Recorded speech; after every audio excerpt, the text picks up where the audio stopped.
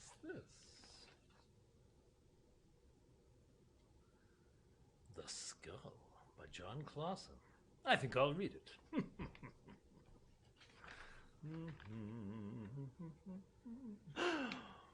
It has an auspicious beginning. Listen to this.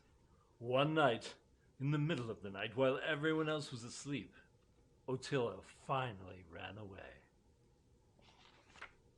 The Skull.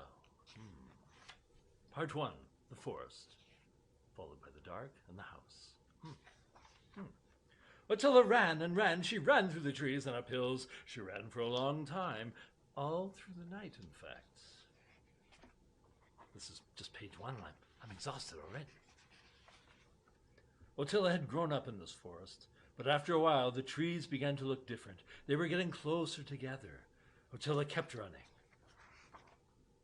And as she ran, Ottila began to hear her name being called. She couldn't tell if it was someone's voice or the wind in her ears. Ottila! Ottila!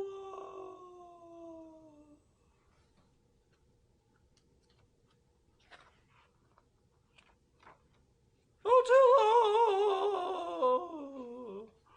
Ottila! Ottila suddenly tripped on a fallen branch and she fell hard into the snow. She didn't get up. She could not run any more. She was puffed. She listened for her name, but now it was quiet. Ottila lay in the snow, in the dark and the quiet, and she cried.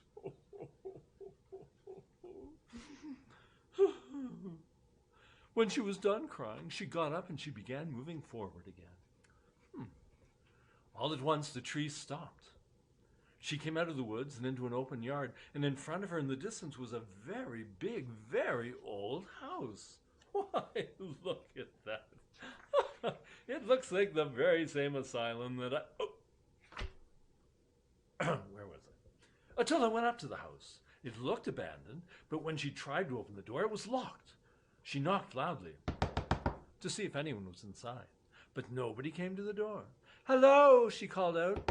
"Hello." "Hello?" someone answered. Ottila looked up to where the voice had come from. In a window above the door, she saw a skull looking at her. Part 2. The rooms, the skull, the dance, the room, skull, the rooms, the dance. I wonder if it matters. The skull moved himself a little closer so he could see better. "Hello," he said again. "Hello," said Ottila. "My name is Ottila. I ran away and I need a place to hide and to rest." The skull was quiet for a moment. Then he said, "I will come down and let you in, but only if you promise to carry me once I do. I am just a skull, and rolling around is difficult for me." Ottila was quiet for a moment, then she said, "All right." The skull left the window. Ottila waited outside the door. She waited a long time. It was very quiet. I wonder if he's... Oh, then she heard some small scratching at the other side of the door. The latch turned, and the door cracked open against the snow.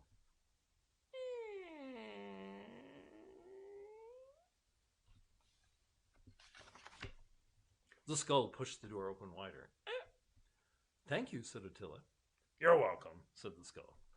Ottila picked him up. She'd never picked up a skull before. Imagine that. "Come in," said the skull. "I will show you the house." "All right," said Ottila.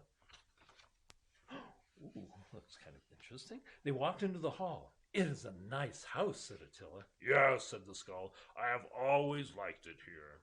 "Have you lived here for a long time?" said Ottila. "Yes," said the skull. They went into a room. "This is the fireplace room," said the skull. "I come here to drink tea by the fire in the evenings." "You can make tea?" said Ottila. "No, not anymore," said the skull. "Can you make a fire?" said Ottila. "No," said the skull. They were quiet. Is that you in the picture?" said Ottila. "It used to be," said the skull. They went into the garden room. "Oh, I like this room," said Ottila. "This is my favorite room," said the skull. "Can you eat the pears?" said Ottila. "I can eat the ones that fall on the ground. But I can't reach the good ones on the branches, said the skull. I will get one for you, said Attila. And she held a pear for him, and he took a bite. The bite of pear went through him and fell onto the floor. Ooh. Delicious, said the skull. Thank you. And they went into a room with masks hung on the wall. Oh, wow. 1, 2, 3, 4, 5, 6, 7, 8. 1, 2, 3, 4, 5, 6, 7, 8. 8. Oh, 8. What are these masks for, said Attila. I used to collect them, said the skull. Can you wear them, said Attila. They're just for show, said the skull. You're not supposed to wear them. They went, hey, look. I think they're wearing those masks. They went downstairs. What is this room, said Attila. This is the dungeon, said the skull. There's nobody in it now. Well, what is that hole? That is the bottomless pit, said the skull. Attila threw the core of her pear into the hole and listened. It did not make a sound. Do you want to see the tower? Said the skull. All right, said Attila. They climbed and climbed and climbed and climbed up all the steps of the tower. Does anyone else know about this house? Said Attila. No, said the skull. You are the first person to find it in a very long time. They got to the top and walked out on the balcony.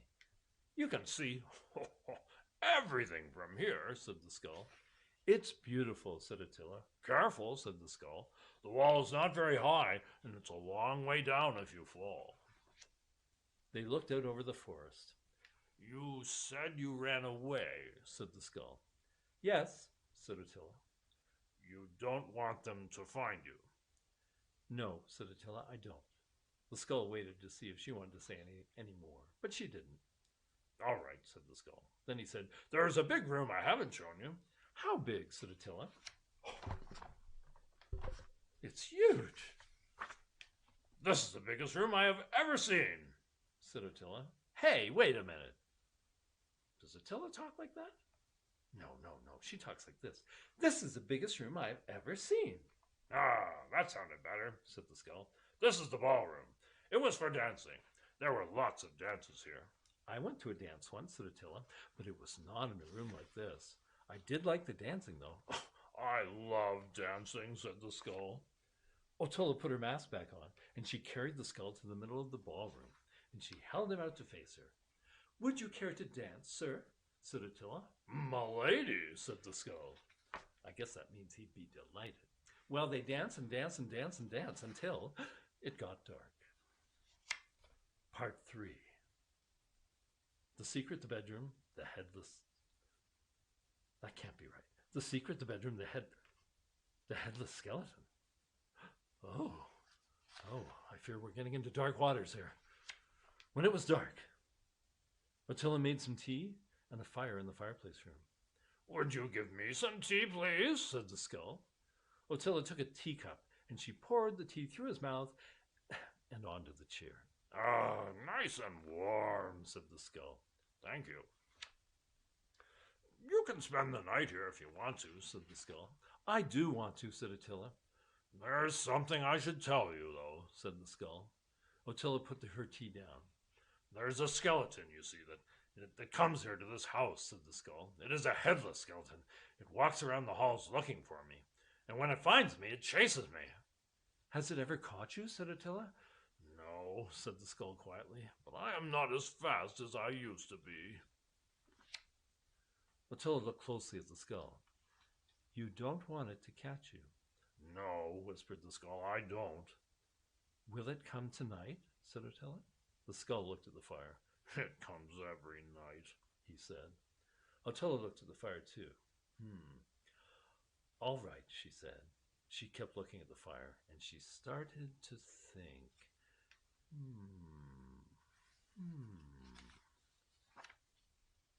When it was time to go to sleep, the skull showed Attila to a bedroom. It was a nice room, and there was a big, comfortable bed and some pajamas for her to wear. Attila liked the pajamas.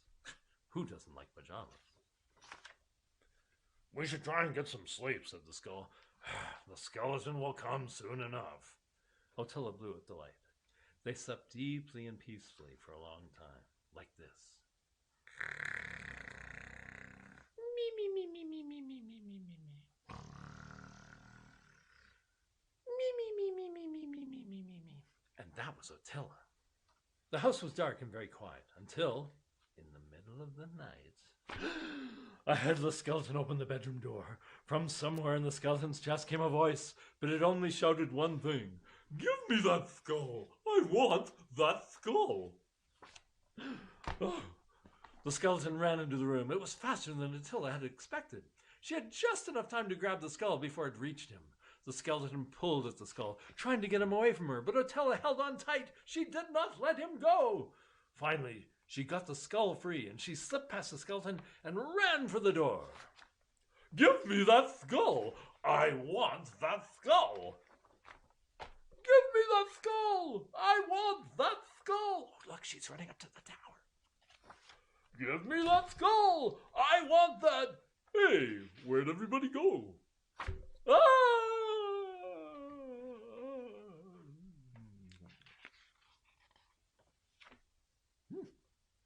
They watched the skeleton fall into the dark until they heard it land, the sound of bones hitting the ground.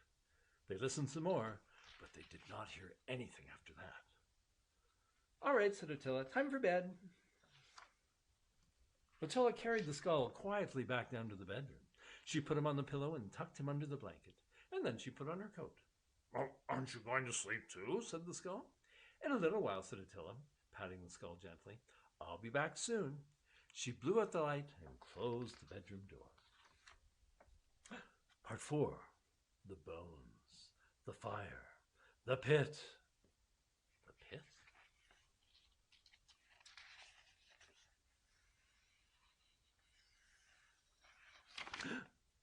Attila went to the kitchen. She found a bucket, a kettle with tea leaves, a teacup, and a rolling pin. And then she went out into the night and climbed down slowly and carefully to where the skeleton had fallen. When she got to the bottom, she found the skeleton's bones scattered everywhere. She gathered them into the bucket. She found every single one.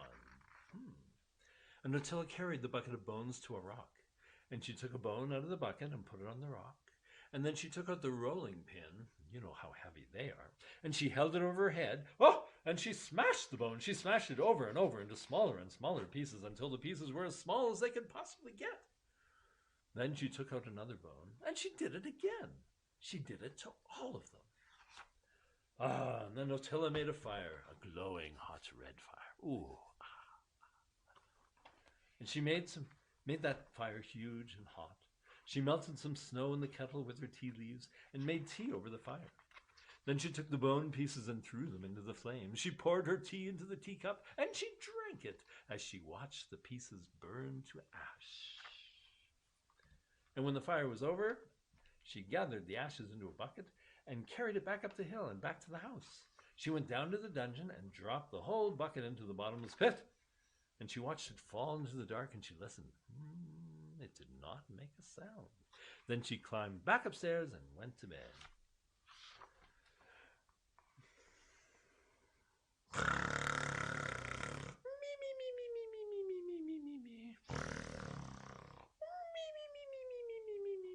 Oh my gosh, she's really quite a noisy girl, said the skull.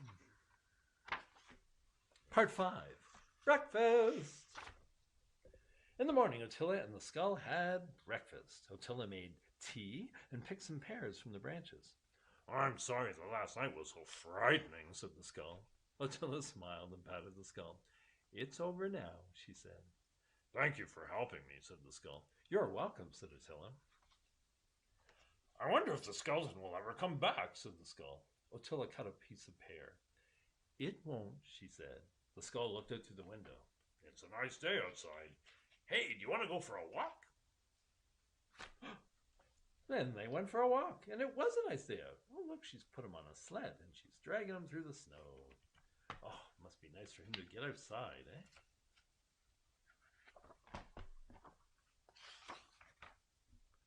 Attila stopped and gave the skull a bite of pear. It went through him and fell into the sled. Thank you, said the skull. He took another bite. You know, he said, chewing the pear, you could stay here with me if you want. Do you want me to stay? Said Attila. Yes, said the skull, I do.